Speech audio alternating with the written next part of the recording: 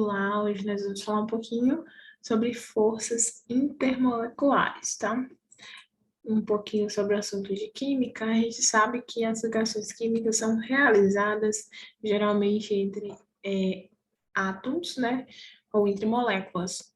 Aí nós temos as ligações intramoleculares, né?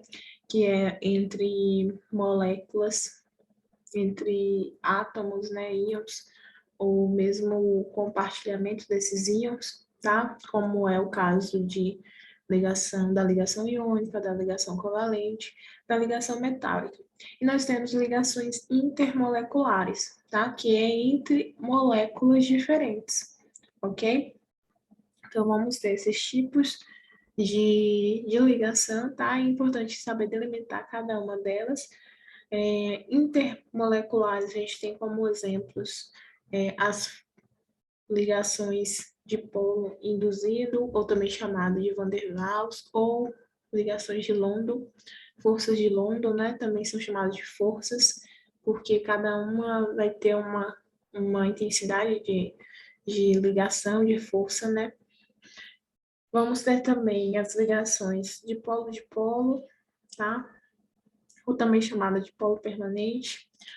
Além dessa, vamos ter a ligação de pontes de hidrogênio ou ligações de hidrogênio, que são as mais fortes, tá? Estou falando em uma ordem crescente de intensidade, de força atômica, de força molecular e não atômica, molecular, tá? E a íon dipolo, tá? Que é a mais forte, a ligação entre um íon e um dipolo, que tem dois pares de elétrons sobrando, tá? Então, nós temos esses tipos de ligação e vamos abordar um pouquinho especificamente as ligações intermoleculares para vocês. Então, primeiramente, nós temos as ligações das forças de London de polo induzido ou forças de Van der Waals. Por que elas chamam porque elas têm essa nomenclatura, né? Forças de polo induzido. Porque elas não têm polos delimitados, né? São geralmente moléculas apolares que, a partir de uma necessidade de se unirem, elas criam esses polos, um polo positivo e um polo negativo.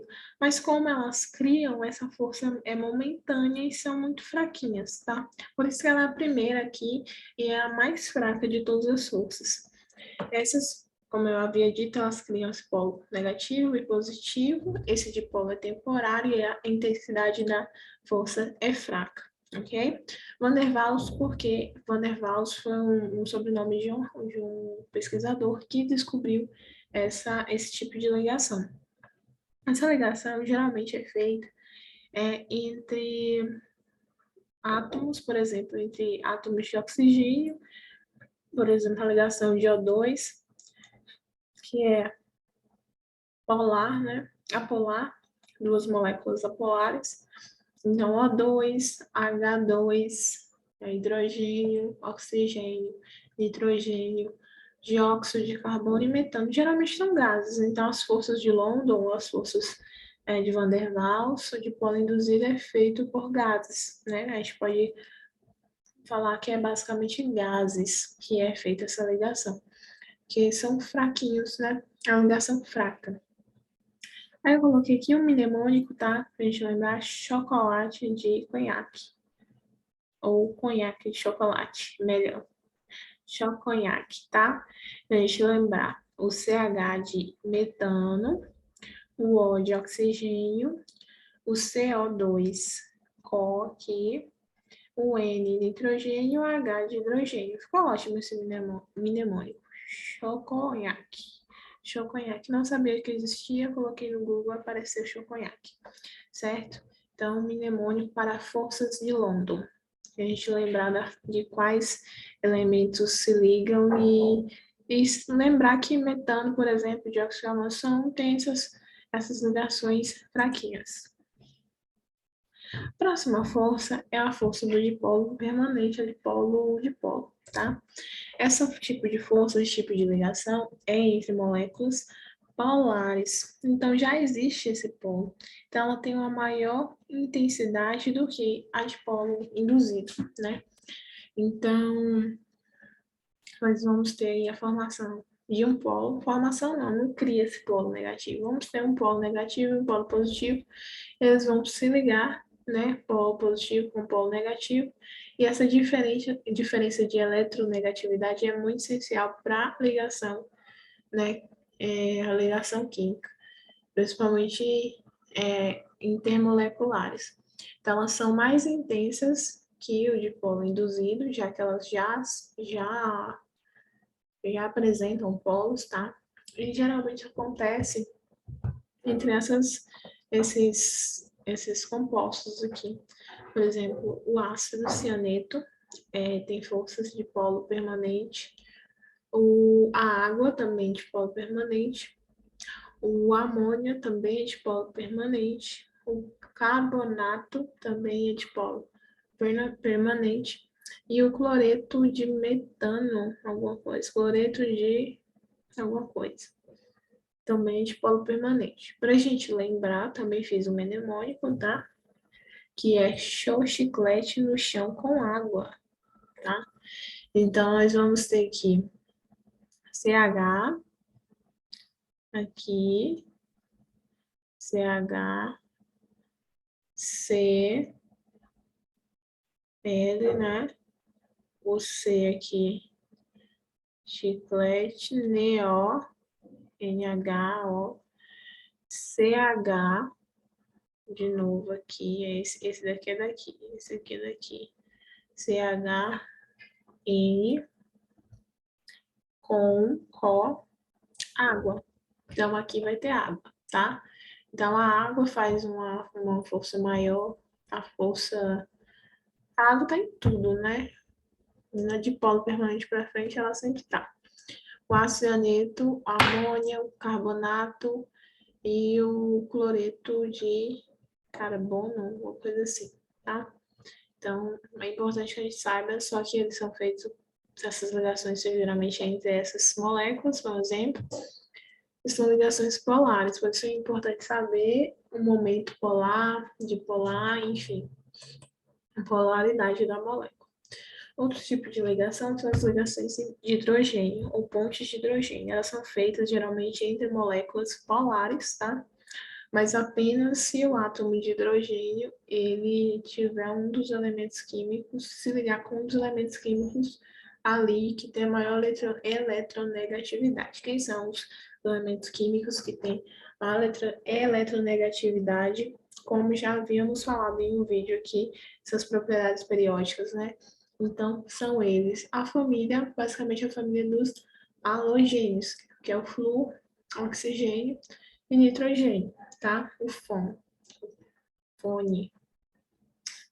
Mnemônico, lembrar de fone, fon. Hidrogênio, ponte de hidrogênio, tá? Fon, resistente. E é a mais forte até agora, tá? São as ligações de hidrogênio, ok? Geralmente é feita aqui entre o O de uma molécula e o H de outra molécula aqui, tá? O O de uma molécula, o H de uma molécula. Aqui também, tá? Então, essas são as ligações de hidrogênio. Nós temos também outro tipo de ligação, de interação, que são a interação íon-dipolo, tá? Nós temos a interação íon-íon, né? Que um íon mais um íon, geralmente acho que é uma ligação mais intramolecular. E nós temos uma ligação íon-dipolo, que são formadas por moléculas polares e apresenta a ligação, os elétrons ligantes entre o íon, que pode ser um cátion, ou um ânion, né? Ele está com muito pouco próton ou muito próton. Se ele tiver com muito próton, é cátion, mas próton, na verdade, é muito ânion, muito elétron, pouco elétron, né? Se ele tiver com pouco elétron, ele é cátion. Se ele tiver com muito elétron, ele é ânion, né? Importante saber disso. E na solução, né? Então é importante saber que eles se ligam, é um íon e uma molécula que apresenta um par de elétron, um par de elétron solto, né? Então, nós temos esse tipo de interação, ela é mais forte de todas, ok? Aqui nós temos a apresentação, né? Uma ilustração, no caso da água, aqui nós temos os dois pares de elétron, tá? e eles fazem esse processo aqui. O íon é rodeado por moléculas polares, aqui nesse caso, e essas forças são importantes nos processos de dissolução de sais, tá? A dissolução de sais é importante aqui o íon dipolo, tá mais forte, ok? Outra coisa, outra questão muito importante quando a gente fala de forças intermoleculares é a questão da temperatura e solubilidade. Temperatura por quê? Vocês concordam comigo que quando uma molécula se liga a outra molécula, quer dizer que elas estão mais juntas, né? Estão mais agregadas, a distância entre os átomos delas são maiores, é menor a distância, e consequentemente elas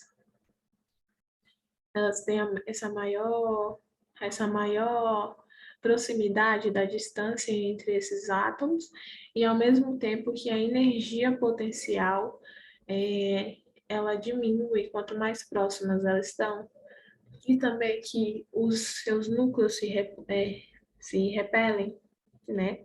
Isso acontece.